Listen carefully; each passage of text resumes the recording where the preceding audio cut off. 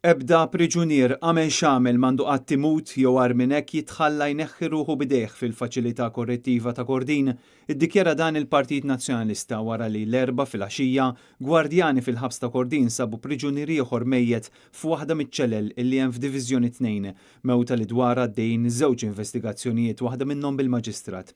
Fi stqarrija l-Partit Nazzjonalista qal li minkejja l-ftaħir u l-eżerċizzji ta' PR mill-Gvern, il-mewt ta' priġunier ieħor fil-ħabs hija konferma tas-sitwazzjoni imwera li jinsab fiha il-ħabs ta' Kordin.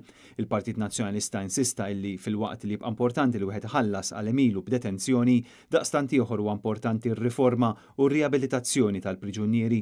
Il-Gvern iżda qed ifalli fir-riabilitazzjoni tal-priġunieri u qudiemu reġa' għandu sitwazzjoni fejn persuna tilfet ħajjita taħt għajnejn u fidejn minn suppost qiegħed jirabilita lil priġunieri. Is-sejba tal-priġunier bla ħajja issegwi żewġ każi oħra li seħħew ftit tal-jiem bogħod minn xulxin f'Diċembru illi għadda. Fl-istqarrija, id-deputat Beppe Fenekadami qal illi quddiem din is-sitwazzjoni għandha tintrefa' responsabbiltà politika u l-Ministru Michael Farrugia għandu iwieġeb għal dan il-falliment għaliex kull ħajja hija prezzjuża.